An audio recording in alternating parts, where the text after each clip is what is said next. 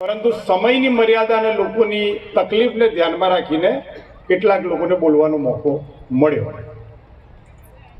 પણ આજના જોડાણ પરથી એવું લાગે છે કે ચૂંટણી આવે અને મીઠા જિલ્લા પંચાયતનું પરિણામ આવે તો પ્રદેશ ભાજપને અત્યાર સુધી માઠા સમાચાર મળતા હતા, જે હવે મીઠા સમાચાર મળશે।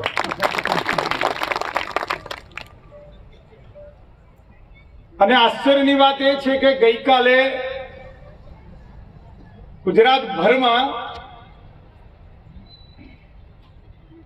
સ્થાનિક સ્વરાજની ચૂંટણીની જાહેરાત થઈ। દરેક પાર્ટી, દરેક જિલ્લાના લોકો અત્યારે ઉમેદવારની પસંદગી પ્રક્રિયામાં વ્યસ્ત છે અને મશગુલ છે। એ સમયે નરેશભાઈ, સ્વરૂપજી, કેસાજી અને વાવ વિધાનસભાના દરેક કાર્યકર્તાને હું અભિનંદન આપું છું કે ઉમેદવારની ચિંતા કર્યા વગર પાર્ટી કઈ રીતે જીતે એમ ચૂંટણી સભા કરી અને આજના કાર્યક્રમની એમણે શરૂઆત કરી। આ શરૂઆતની નોંધ સમગ્ર ગુજરાત જ્યારે 28 એપ્રિલે પરિણામ આવશે ત્યારે લેશે, કારણ કે આ ચૂંટણીના ભારતીય જનતા પાર્ટીના પ્રચારના શ્રી ગણેશ એ ભાભરમાં થયા છે, એની નોંધ સમગ્ર ગુજરાત લેશે। મિત્રો, કોઈ મુદ્દો નથી કોંગ્રેસને પ્રજા વચ્ચે જવાનો, કોઈ વાત એવી નથી કે જેની પર પ્રજા ભરોસો કરે। માટે મારા તમારા વચ્ચે ભેદભાવ ઉભો કરીને, ભ્રમ ઉભો કરીને, ભરમાવીને મત માંગવા માટે કેટલાક લોકો આવશે।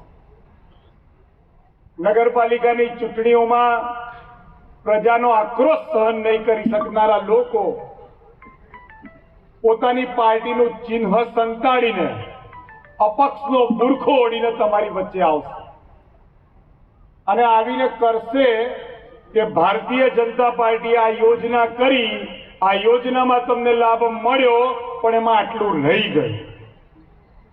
ત્યારે તમે પૂછજો કે તમારા દાદા, દાદી, પતિ આ બધા દેશમાં વડાપ્રધાન તરીકે રહ્યા ત્યારે શ્રીમાન નરેન્દ્રભાઈ મોદીજીએ ઘોષિત કરેલી યોજનાઓ પૈકી એક પણ યોજના તમે બનાવીને નીચે ઉતારીને લાભ આપવા માટે તમારી પાર્ટીના કાર્યકર્તાઓએ પ્રયત્ન કર્યો?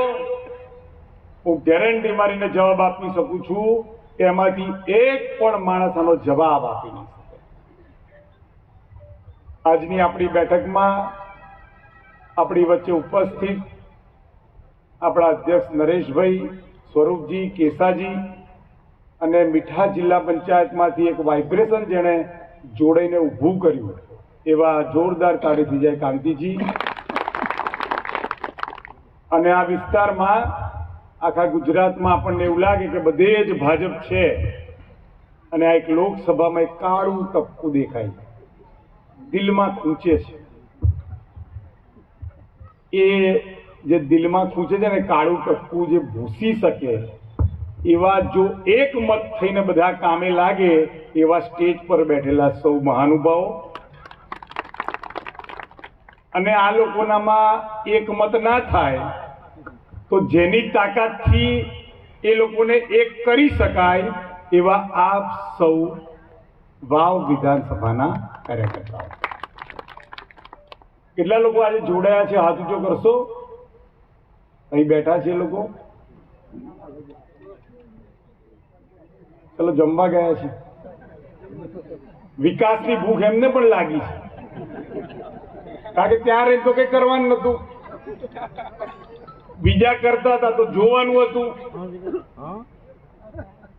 એટલે દેશના વિકાસના અવિરત પ્રવાહની ધારામાં ચૂંટણી પહેલા જોડાવું એ એક પ્રકારે રાષ્ટ્ર ધર્મથી ઓછું નથી।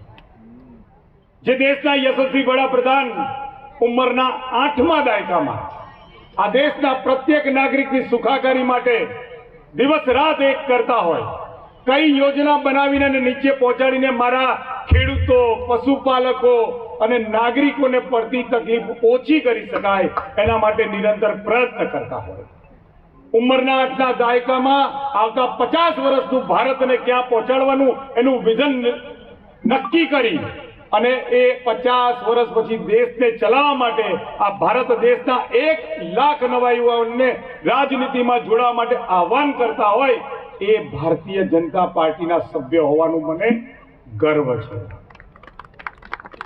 બસ આટલું છૂનું ના ચાલે. એ ભારતીય જનતા પાર્ટીના સભ્ય હોવાનું આપણને બોલો, આપણને 1980 માં બનેલી ભારતીય જનતા પાર્ટી જેને એની સ્થાપનાથી આજ દિન સુધી એના વિચારો સુધી ક્યારેય સર્વ સમાધાન નથી કર્યું એ પાર્ટીના સભ્ય હોવાનું મને દેશના ભાગલા પડ્યા. દેશના ભાગલાની સાથે સાથે કોંગ્રેસની મેલી મુરાદના કારણે દેશને કેટલાક સરદર્દ સમાન પ્રશ્નો મળ્યા. કાશ્મીરમાં આતંકવાદ મળ્યો. આ બધું જ મારા દેશના વડાપ્રધાન અને ગૃહપ્રધાન 2014 થી ધીમે ધીમે નાબૂદ કરી રહ્યા છે. એવી પાર્ટીના સદસ્યો હોવાનું મને કોંગ્રેસે અત્યાર સુધી માત્ર ગરીબી હટાવવાની વાત કરી, પણ ગરીબી ક્યારેય ના હટાવી.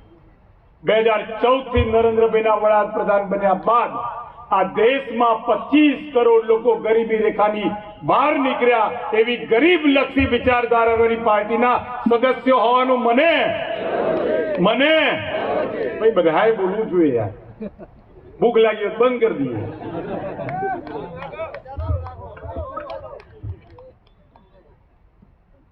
કોરોના જેવી મહામારી હોય, સમગ્ર દેશ એ વિશ્વના બધા જ દેશો યુદ્ધના સંકટ વચ્ચે પરેશાન હોય, મોંઘવારીનો જમાનો હોય, અને એ સમયે દેશના 82 કરોડ લોકોને મફત અનાજ સાથે અન્નની સુરક્ષા આપવાનો વિચાર રાખીને અને પૂરી કરનારી ભારતીય જનતા પાર્ટીના સદસ્યો હોવાનું મને સામાન્ય જીવન જીવતો માણસ આખી જિંદગી મહેનત કરે ને પછી એના પરિવાર માટે કામ કરે, રિટાયર થવા માટે સમાજનું કામ કરે, અને એના ઉંમરના 7મા દાયકામાં એવું બને કે કેટલાક લોકોને એનો પરિવાર સાચવે અને કેટલાક લોકોને એનો પરિવાર ના પણ સાચવે. એવા સાચવે અને ન સાચવે એવા બધા જ 70 વર્ષ ઉપરના આ દેશના વડીલો માટે દીકરો બનીને આરોગ્યની સુરક્ષા કરતી આયુષ્યમાન કાર્ડ યોજનાનું આયોજન કરતા નરેન્દ્રભાઈની ભાજપની સરકારને પાર્ટીના સદસ્યો હોવાનું મને કેન્દ્ર સરકાર જેટલી પણ યોજના બનાવે એ યોજનાને નીચે પહોંચાડવા માટે ભારતીય જનતા પાર્ટીનો કાર્યકર્તા નિરંતર કામ કરે. સેવાના માધ્યમથી આ રાજ્યના કુપોષિત બાળકોને સુપોષિત બનાવવા માટે નીચે સુધી જાય. કોઈ પણ જાતની આપત્તિ આવે ત્યારે ગળામાં ખેસ બાંધી અને નીકળી જાય. ન મતનું રાજકારણ હોય કે ન કોઈ વિસ્તારનું રાજકારણ હોય, માત્ર જનસેવાનો ભાવ લઈને નીચે નીકળી જાય એવી ભારતીય જનતા પાર્ટીના સદસ્યો હોવાનું મને ગર્વ છે. સહકારના માધ્યમથી શ્રીમાન અમિતભાઈ શાહ એ કેટલાક વિદેશી દેશો ભારતમાં ખેડૂતોની અને પશુપાલકોની જિંદગી બગડે એવી ગંદી અને સસ્તી પ્રોડક્ટો આ દેશમાં નાખવા માંગતા. આદરણીય વડાપ્રધાન શ્રી નરેન્દ્ર મોદીએ દેશના લોકો જોડે સંબંધ તોડી કાઢ્યા અને કહ્યું કે હું દેશના માછીમારો, દેશના પશુપાલકો અને દેશના ખેડૂતોને ક્યારેય અન્યાય નહીં થવા દઉં. આવા રક્ષક પ્રધાનમંત્રીની પાર્ટીના સદસ્ય હોવાનું મને આવનારી પેઢીની ચિંતા કરવા માટે જળ સંચયના માધ્યમથી દેશની બધી જ જમીનમાં વરસાદનું પાણી નીચે ઉતારવા માટે જળ સંચયની કામગીરીથી 20 લાખ કરતા વધારે યુનિટો બનાવી અને આવનારી પેઢીને પાણી મળી રહે એની ચિંતા કરનારી ભારતીય જનતા પાર્ટી પર મને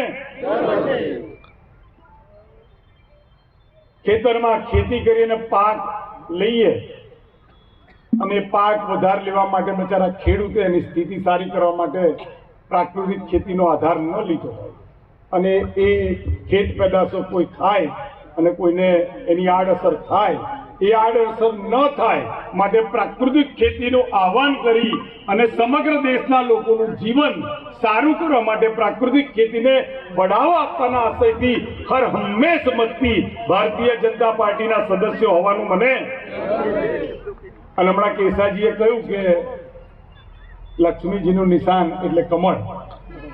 હું તમારી મંજૂરી હોય તો થોડો ઉમેરો કરું. ભાઈઓ અને બહેનો, આ પૃથ્વીનું સર્જન થયું ને એ પહેલા કોઈ એક પુષ્પનું સર્જન અપ્રાકૃતિક રીતે થયું હોય તો એ કમળ છે. ભગવાન વિષ્ણુ શેષનાગની સૈયા પર સૂતા હતા, માતા લક્ષ્મીજી એમના પગ દબાવતા હતા અને વિષ્ણુજીની નાભીમાંથી નાળ નીકળી. એ નાળની ઉપર કમળ પુષ્પનું સર્જન થયું. એ કમળ પુષ્પ લાંબુ થઈને છે કે બ્રહ્મલોક સુધી ગયું અને એની પર બ્રહ્માજી બિરાજમાન થયા. બ્રહ્માજી કમળ પુષ્પ પર બિરાજમાન થયા પછી જે સૌથી પહેલો એમનો વિચાર આવ્યો એ આ પૃથ્વીના સર્જનનો વિચાર. અને એ કમળના નિશાન પર, ભારતીય જનતા પાર્ટીના કમળના નિશાન પર 2014 થી નરેન્દ્રભાઈ દિલ્હીમાં બિરાજમાન થઈ અને નવ ભારતનું સર્જન કરી રહ્યા છે. માટે ભાજપના સદસ્ય હોવાનું મને દેશ પર આવતી પ્રત્યેક મુશ્કેલી પોતાના પર લઈ લે છે એવા નેતાના ફોલોવર હોવાનું પણ મને ગર્વ છે. આજથી 25-50 વર્ષ પછી જે લોકો મુખ્ય ધારામાં આવશે ને એ લોકો એવું કહેશે કે મારા દાદા દાદીએ રામ મંદિર બનતું જોયું. એટલી પેઢીઓ ખપી ગઈ અને કલ્પના કરીને કે આ દેશમાં રામ મંદિર બનશે કે નહીં. મંદિર વહી બનાએંગે ના સૂત્ર સાથે એ લોકોએ કામ કર્યું અને નરેન્દ્રભાઈના રાજમાં મંદિર વહી બનાયા હે એ સાકાર થયું. માટે મને નરેન્દ્રભાઈ પર ઋતુંબરાજીની સભા થતી હતી અને સભાની અંદર જળ સૈલાબ ઉમટતો હતો અને ઋતુંબરાજી સૂત્ર બોલાવતા હતા અને આ દેશનો પ્રત્યેક હિન્દુ એની પર થનગનાટ કરતો હતો કે કાશી, મથુરા, अयोध्या ने एक साथ ललकारा है. काशी, मथुरा, अयोध्या ने एक साथ ललकारा है. गर्व से कहो हम हिंदू हैं, हिंदुस्तान, हिंदुस्तान. गर्व से कहो हम हिंदू हैं, हिंदुस्तान.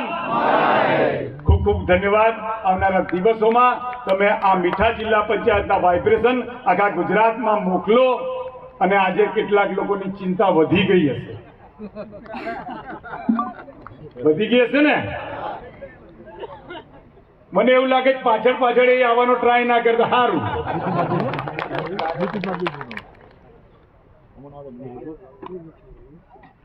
એક કાર્યકર્તા કે જેના મનમાં પાર્ટીએ કરેલા કામોની કેટલી આલેખન થયું છે એને વિચાર આવ્યો કે હું નીચે કાગળ મોકલું.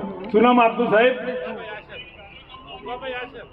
અબાભાઈએ મોકલ્યું છે કે દિવ્યાંગ અને નિરાધાર વડીલો અને વિધવા માતાઓને સહાય કરતી પાર્ટી એટલે ભાજપ એ ભાજપના સદસ્ય હોવાનું મને 2047માં વિકસિત ભારતનું સપનું જોવા માટે કેન્દ્ર સરકાર, રાજ્ય સરકાર પછી સ્થાનિક સ્વરાજમાં આપણને બહુમતીની આવશ્યકતા છે. અપક્ષોને કોંગ્રેસના વ્યક્તિગત રાજકારણમાંથી તમે વાવ થરાદ જિલ્લાને મુક્તિ અપાવો. પ્રધાનમંત્રીશ્રીએ તમને નવા જિલ્લા તરીકે ભેટ આપી છે. વાવ વિધાનસભાને સ્વરૂપજીને ભેટ આપી છે અને સ્વરૂપજીને વાવ વિધાનસભાનું સ્વરૂપ બદલવાની જવાબદારી આપી છે. આ કુદરતી સંયોગમાં આવનારા દિવસની બધી જ ચૂંટણીઓમાં આપ દિલથી ભારતીય જનતા પાર્ટી માટે કામ કરો. મનમાં ઉમેદવાર ગમે કે ના ગમે, કમળને કેન્દ્રમાં રાખીને કામ કરો અને ખોટું કોઈ કામ કરતું હોય તો સીધી મને જાણ કરજો, કારણ કે હવે ખોટું કરનારો વધારે આ પાર્ટીમાં ચાલવાનો, ખોટું કરનારો ચાલવાનો માટે તમે સૌ બહુ જ વખતથી બેઠા ગુજરાતને પ્રભાવિત કરતો કાર્યક્રમ કર્યો. તમે જે ધીરજ રાખી, તમે જે સહયોગ આપ્યો એ બદલ તમારો સૌનો ખૂબ ખૂબ આભાર. ભારત માતા કી જય.